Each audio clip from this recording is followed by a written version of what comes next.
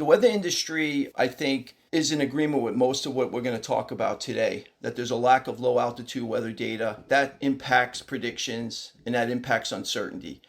I don't think anyone would argue with that. We might argue with how to close that gap and what's the right way to do it, but I think most people understand that gap. On the aviation side, the challenge that I've run into is most of your aviation folks who have been out there operating for lots of years have really gotten used to the lack of weather data, and they've kind of built it into their mindset or into their business model. So they're used to flying and dealing with the weather and overcoming uncertainty. And they really sometimes they looked at me 5 years ago when I first entered this industry, and I said this is going to be a challenge for drones and air taxis, the lack of low altitude weather. And they said, well, why are you trying to solve a problem that doesn't exist? That was actually quotes.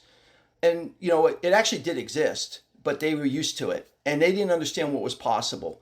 What I'm starting to see now is as folks are flying more in the industry, they're realizing, you know what, we're starting to see and understand the economics around weather data more than the safety component.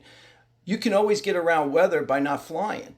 And we generally had about a 30% of the time when manned aviation or crewed aviation didn't fly due to weather. They could have flown, but they didn't think of it that way. And so that's really where the mystery is going to get unlocked here. We're going to show them that you can make more money with better weather data. We're going to show them you can reduce your risk. We can reduce your uncertainty. We can increase your passenger comfort. And you don't have to live with what you had because technology is changing.